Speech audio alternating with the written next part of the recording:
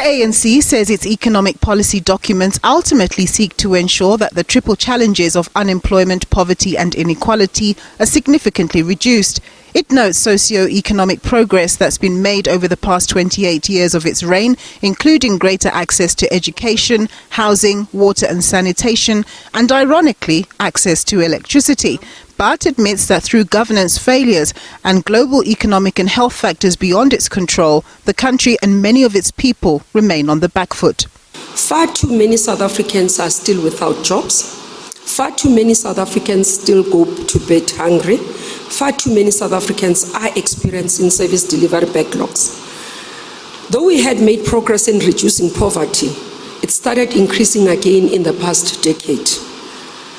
Low rates of economic growth over the past decade have made it harder to reduce inequality, but growth in itself will not diminish inequality unless the democratic state is able to put in place effective, sustainable interventions to change the underlying structures of the economy. Former Statistician General and academic Padile Hotla was acutely critical of the ANC's economic policy documents. He raised concerns about plans to sell off state-owned entities, arguing that if well run, such organizations would actually assist to de-risk the country from an investment point of view. He felt that the policy positions remained unclear, they lacked quantifiable targets, and the how of reducing issues like unemployment and poverty were lacking. Surely the targets are not very clear, and there isn't a path through which they will be achieved. One would have expected that a policy document after 28 years will be a lot more clearer on the path that has to be focused on.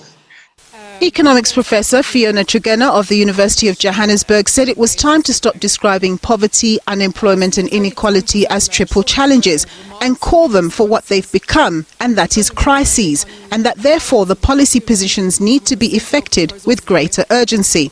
The South African Chamber of Commerce and Industry CEO Alan Mukoki argued that there was no common vision for the country and that needed to be realized among key stakeholders like government, business, labour and the broader community in order to properly effect change. We need to combine our efforts in terms of agreeing that these are the things, number one, that we all have to work together with.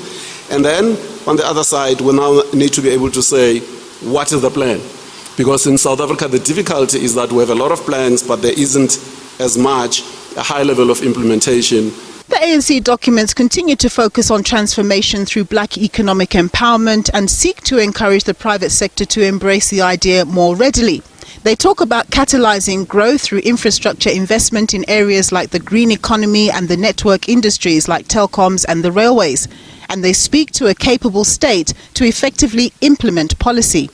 Business delegates spoke strongly about the need for a greater focus on nurturing SMEs with finance and know-how. They also emphasized on the need to broadly invest in education and skills in order to ensure the necessary competencies needed to run a modern African economy. Nompumelelo Siziba, SABC News, Johannesburg.